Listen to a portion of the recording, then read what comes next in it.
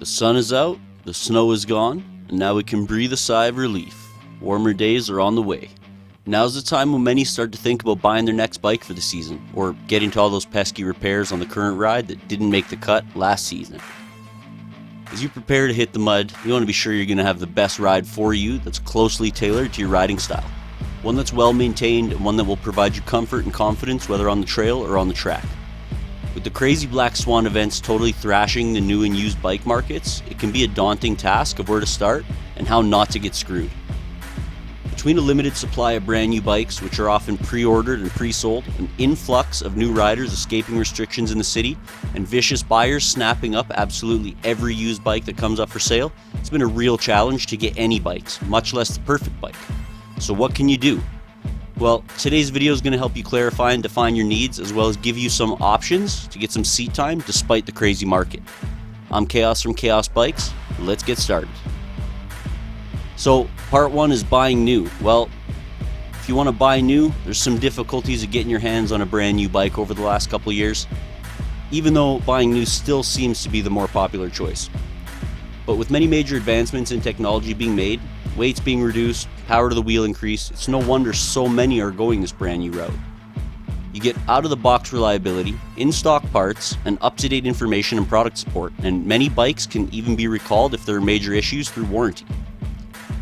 You may be thinking, this all sounds great, a no-brainer even. Where can I sign up? Well, hold tight. All these positives do have some downsides. The main downside is availability. Bikes are being pre-ordered months or a year in advance of them landing, which is causing a huge backlog in shipping due to all-time high demand. And of course, this takes away from the precious seat time, and it also takes up mental space rent-free as you eagerly await your new ride. Many owners of new bikes are holding onto them simply because of scarcity, so don't expect to see too many popping up on the used market either. And even if they do, don't expect them to be much less, if less at all, than the price of a brand new one. We really are in unprecedented times. The cost is a huge factor for anyone purchasing a new bike, and it's currently a seller's market. Dealers can set basically any price they want right now, and they will get it, simply because there's a lineup of desperate riders waiting for their shot at a new bike. Not to mention, last year when I purchased my Beta, I was warned that increases were coming due to shipping and freight costs increasing. Just the other day I was at the dealer and they had a bush-rigged YZ250X. It had a whole bunch of upgrades to it, but it was just over $17,000. So if this type of increase is anything to expect across the markets, brace yourselves. The same thing goes for the used market. In the current climate, used bikes are going for roughly 2 to 3 times what they were 2 years ago, and people are getting what they're asking due to super limited availability all around. Before the pandemic started, there was on average between 12 to 1,600 used bikes on Kijiji in my city daily. Now you're lucky to see 400, and many of them are dealers' ads anyways. So how can you find a bike that will suit your needs and budget in this absolutely wild used or new market? Well, first, you have to have a heart-to-heart with yourself and really figure out what your needs are, and then what your wants are. Some folks want a 450, but could be served just as well, if not better, by a 4-stroke 250, a 2-stroke 250, or even a 2-stroke 125. Whereas some folks want a bush bike, but mostly ride track, or vice versa. With what's available, your needs should be forefront and any wants should be treated like a bonus. Create a list of the basic necessities for your season. Include factors such as where you ride, how often you ride, how reliable your bike needs to be, how long you are willing to wait to get a bike, and what your budget is. This should help provide some clarity to your search. One of the main selling points for me when I was going with a new bike last year was essentially, do you want to risk not riding for part or all of the season while waiting for the right bike to come up and then still risk getting a lemon? Or do you need to have a reliable bike as soon as possible to get on the trails? I chose the latter, but my case was not necessarily the norm. This choice will be solely yours to make. I was lucky enough to find a bike that checked almost all the boxes, brand new, in stock, and ready to go. But I did have to make a pretty large concession. The reason the bike was still available, well, it's a 125 2-stroke, not a 250, which is what I wanted, and not the popular 300, which I wasn't particularly interested in, but would have possibly taken, the same as I took the 125. I went very in depth with my wants and needs list before I pulled the trigger, and I was very picky about what exactly I wanted in a bike. You may not be ready to go this deep, but always consider your options. For example, something that was an absolute deal breaker in my decision making was I ride 2-strokes for the rip your arm off wild and crazy power band. You have to use the red power band, and from what I hear, some of the 300s are very tame and appear to be permanently stuck using the less popular and less powerful yellow power band. All jokes aside, I understand the 300s are much more linear and quite a bit tamer than the classic 2-stroke bikes, which I have grown up on and am used to. And I don't really want linear, that's why I don't ride a 4-stroke. So, I mean, there's no question, on a 125, you're going to have to absolutely wring its neck to hit that power band to get your power. And for me, that was enough. I was like, okay, we're going to be able to use this thing how I want to use it. And, provided the power is there, which it is, it's going to be a solid bike. My need to ride was greater than my want to find something that I thought would have suited me better. The 125 ended up being a primo choice. Keep this in mind as you ask yourself similar questions to the following. Do you have to load up the bike by yourself? Then maybe a lighter, more manageable bike is the ticket. Do you ride alone often? Well, in that case, reliability may be more important than power or style. Will you need an 18-inch rear tire to help with clearing obstacles? Then a track bike may not really be what you're looking for. Do you do your own work on the bike? Then you may prefer an older bike or a 2-stroke, maybe more your style. They're simpler to work on, and many even have interchangeable parts. Or are you on a budget? Well, 2-strokes are easier to work on and cheaper to fix when they break down. Or maybe you just simply can't stand the idea of mixing fuel for a 2-stroke, and that's a deal breaker. These are all important factors and in many cases can make or break your final decision. So be honest with yourself about your needs, consider the wants as a bonus, and of course, factor in your budget, how often and how hard you ride, where you ride, and who you ride with. If in the end you have a list and an idea of what you are willing to settle for, as well as a budget or money on hand, you will be far ahead of many other buyers out there who are just kicking tires. We'll move into part 2. This is buying used. By this point, I'm sure some of you have made the decision to go all in and wait for a brand new bike, or maybe you even were lucky enough to find one in the stores. And that's a commendable decision, one you will surely not regret for many years to come. But stick with me here, I've got some tips that could save you some coin. For those who are on the fence or simply can't afford a new bike, totally understand. There's still plenty of options. So, if you want to get on the trails and get your season of fun in, or maybe even 2 seasons, you might have to make some more concessions. And I found over the years, many new riders always want to get the biggest, baddest bike that they can find. Time and time again, I've seen new riders struggle with what is simply too much bike for their level of experience. Too much power, too much weight, or just not the right geometry for the type of riding that we're doing. And this is often a poor and misguided choice, inspired by dreams of grandeur, watching pro riders, and the like.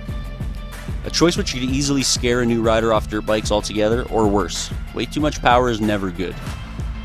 The good news is, the other options available are often much more fun, more rewarding, and end up usually being quite a bit cheaper than buying brand new. But you must do your due diligence when buying used so as not to get locked into an endless money pit. I've been there before, and trust me, it's not fun. A great money-saving option is buying a smaller displacement engine and a bike that is older. Many older bikes are very well maintained and still loved, so don't let this throw you off the used market. Some bikes that are 15 to 25 years old are still quite sought after due to their popularity staying high over the years. Generally, smaller engines use less fuel as well, further extending every dollar you spend, and with current gas prices and rising inflation, a penny saved is a penny earned. A common argument I hear, one that I had faced myself just 1 year ago, but with a smaller engine, I won't be able to follow my friends or keep up or do the hills. Well, I think this is a common misconception that comes from inexperience, and on dirt bikes we tend to use the 80-20 rule. So riding is basically the 80% the rider and 20% the bike. And any skilled rider can hop on any clapped out and abused bike and go basically anywhere they can on any other bike. It just is easier with a newer, more refined bike. Myself and many others are a testament to that, and that's not to say a broken bike can do exactly what a working bike can, but I think you get the point here. Before I picked up my Beta 125 Race Edition, I saw many reviews stating the bike is gutless, lacks power, lacks torque, and really just can't keep up. I was certainly nervous about investing that kind of money for such a small engine with such poor reviews, but digging into the specs shows commendable horsepower similar to that of my old 250 and heavily reduced weight in comparison. Among other additions such as anti-vibration technology, this bike is like a dream. At first, I felt like I couldn't keep up. couldn't tackle basic trails, obstacles, or hills, and initially blame fell on the bike. But shortly after relearning the balance and power, which took a few rides to totally feel it out, and the reduced engine power, it really only proved to be an asset to my riding. It's simply more fun to ride, period. It's lighter, it's more maneuverable, it's easier to ride, it's less taxing on the body, it's less tiring, and it's just, like I said, more fun, period. You're more in tune with the bike. I was able to view a noticeable increase in my overall speed, control, confidence, and craziness after a few rides. The acceleration is wild, it feels like a mountain bike, the weight's reduced over 50 pounds from my old 250, and going 85 kilometers feels like about 100 on a 250, so it could even be considered safer. Smaller displacement leads to more shifting, more clutch work, and generally a more in tune feel with the bike. Some may see these things as a downside, but I don't ride to putt around and be lazy like many 300 owners have stated about themselves. I get out to feel nature and be one with the machine. Again, keep this in mind when you're looking for a used bike. By now, this list should have helped you cross off some of the bikes that you wanted and put a few bikes on the radar that may fit your needs a bit better. But how can you mitigate as many risks as possible while buying used? Well, part 3 is some great little hacks for buying a used bike, whether that's 2-stroke or 4-stroke. Look no further. You're going to invest money and a bunch of time into your new bike, and most people don't want a project. They want to get out there and ride. So it'd be a wise idea to purchase a borescope or endoscope from Amazon. They can be had for as little as $20, and many can hook right up to your phone. When you go to view the bike, come prepared with a few tools to be able to remove the spark plug along with your borescope, and this will allow you to remove the spark plug to get a view inside the engine. You'll be able to see for yourself if it's in decent shape or if it's on its way to the grave. You'll be able to see scoring, you'll be able to see if the piston has a hole in it, or what you might see is a nice clean engine that has good compression. While the spark plug is out, it's also an opportune time to do a compression check if you have that tool. That way you get 2 birds done at once. Anyone looking to purchase used bikes should have both of these, as a small investment at the start can save you many hundreds of dollars and many headaches. Doing these 2 things will give you a great idea of how much work the bike may need. If compression is low, you can expect to be doing a top-end rebuild or worse in the near future, and that should be reflected in your offer. Or if you don't want to do any work, it may be a deal breaker altogether.